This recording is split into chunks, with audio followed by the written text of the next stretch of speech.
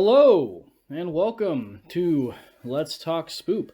I'm your host, Don, and once again, I'm having problems with my computer.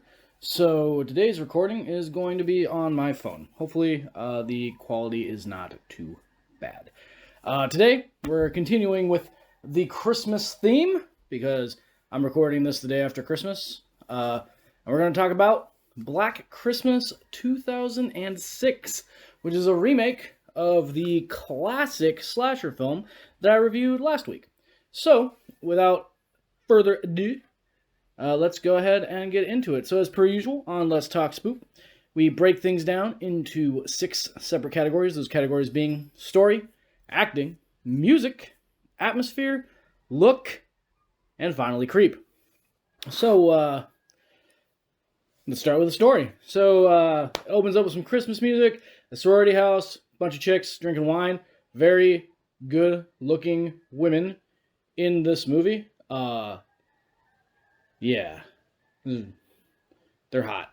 Anyway, so you hear noise in the closet. This girl's in her room, looks like she's wrapping or unwrapping presents, and she hears a noise in her closet. She goes and opens the closet. It's like, oh, it's just the vent kicking on. Okay, fine. And then she gets murdered. The same way that the girl gets murdered in the opening of the original Black Christmas. Then we get 2 people making out in a car that's going to transition, two people making out in a car that's going to transition into a cuckolding side type of situation that's not actually important to the plot. We get a transition to an insane asylum, and we get the background, a little bit of background, on Billy.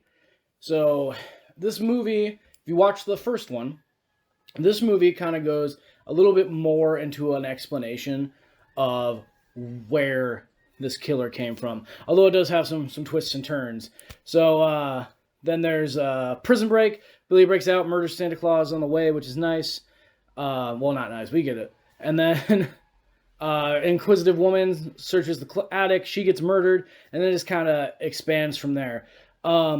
They did a few things to differentiate between the original and this one, which I enjoyed. There's one of the girls gets really drunk, and she goes on a rant about how Christmas is actually based off neo-pagan, blah, blah, blah, blah. And I'm just like, wow, so original. I haven't heard this before a million friggin' times. So, by the way, anybody who ever points that out to anybody else, I hate you, because you're not funny, and you're not original, you're not teaching anybody anything. We all already know. Just let us celebrate the holiday, okay? Anyway, so, story, 3 out of 5. I liked it. I feel that the ending is kind of artificially extended. Kind of reminds me of the ending to Scream 4, for anybody who is a fan of the Scream franchise, where they could have just cut it, but instead they wanted to throw in just a few extra, 10 minutes to extend the story out, and I felt like it was unnecessary. So 3 out of 5 for story. Acting, it's not too bad, but it's nothing special. There's a lot of recognizable faces in this movie. The guy who plays Laurel Lance in Arrow is in it.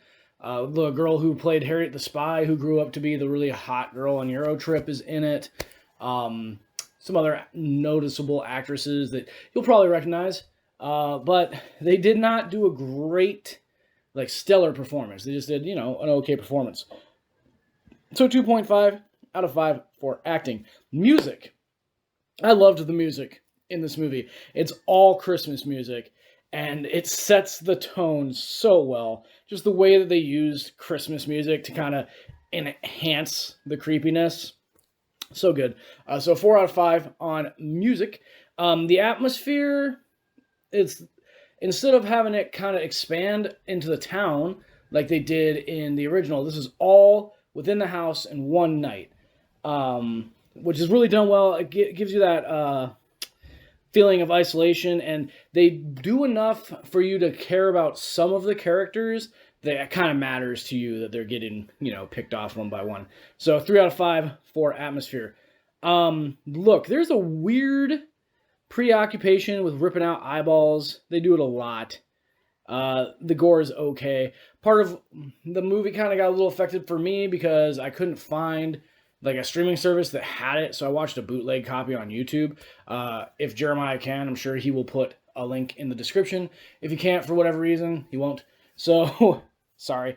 Anyway, so look, 2.5 out of 5, because aside from the ripping out of the eyeballs, there's really not much to go for the gore, or, you know, the killer or anything like that. It's just nothing super special, 2.5. Creep. So the phone calls, they do the phone call thing again.